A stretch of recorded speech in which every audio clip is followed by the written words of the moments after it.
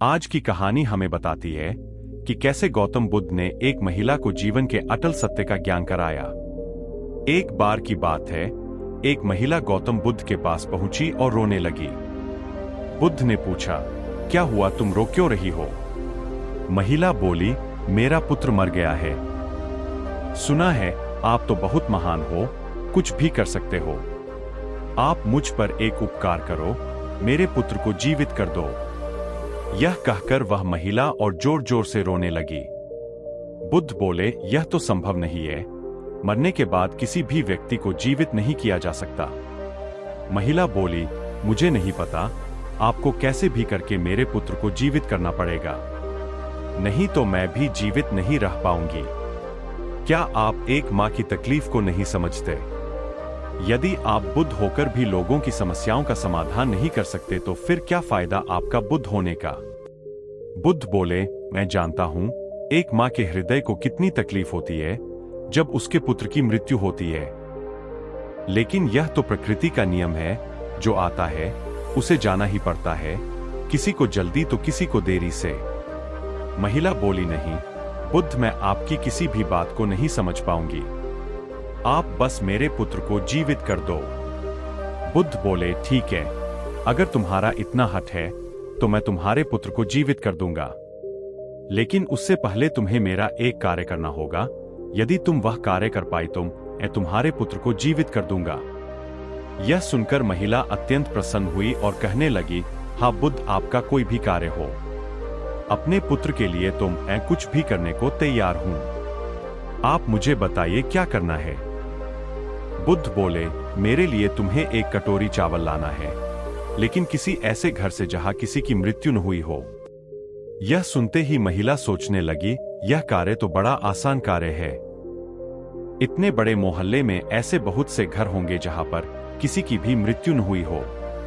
ऐसा सोचकर वह महिला अपने कार्य के लिए निकल पड़ी। वह एक घर का द्वारा खटखटाती है। एक पुरुष दरवाजा खोलता है। महिला कहती है, मुझे एक कटोरी चावल चाहिए, लेकिन उससे पहले मुझे यह बताओ, तुम्हारे घर में किसी की मृत्यु तो नहीं हुई ना? पुरुष कहता है, 2 वर्ष पहले ही मेरे पिताजी का निधन हो गया था। ऐसा सुनकर ही महिला दूसरे घर की ओर निकल पड़ती है। वह फिर दरवाजा खटखटाती है।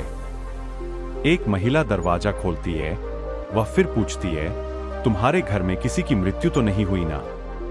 यह स्त्री दुखी मन से कहती है, मेरे पति अब इस दुनिया में नहीं है। ऐसा सुनते ही वह महिला तीसरे घर की ओर चलती है। तीसरे घर में भी वह वही सवाल पूछती है, और सामने से एक वृद्ध महिला का जवाब आता है, मेरा बेटा इस दुनिया में नहीं है।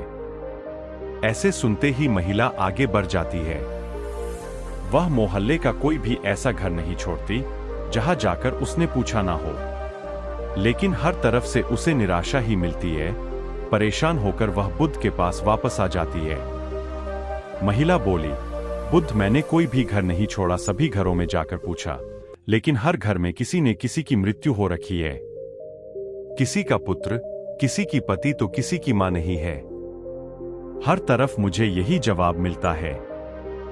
मुझे ऐसा कोई घर नहीं मिला जहां पर किसी की मृत्यु न हुई हो। बुद्ध बोले, मैं तुम्हें यही समझना चाहता था कि संसार में ऐसा कोई भी प्राणी नहीं है जिसका कोई शुभचिंतक उससे दूर न हुआ हो। प्रत्येक प्राणी इस पीड़ा से दुखी रहता है, लेकिन यही संसार का कड़वा सत्य है। जो जन्म लेता है उसकी मृत्यु अवश्य होती है। जब उसका कार्यकाल खत्म हो जाता है, उसके बाद वह एक पल भी और जीवित नहीं रह सकता। ऐसा सुनते ही महिला ने बुद्ध के सामने हाथ जोड़ लिए और कहने लगी, आप सत्य ही कहते हैं, ईश्वर के लिखे को कोई नहीं टाल सकता।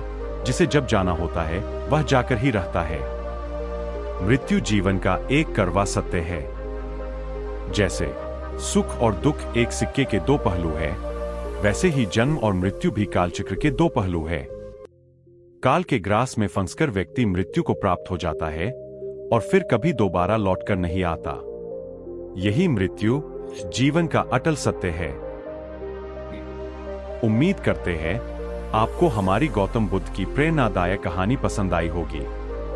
आप हमें ऐसा ही प्यार देते रहे और चैनल को लाइक और सब्सक्राइब करें और दोस्तों को शेयर करें। धन्यवाद।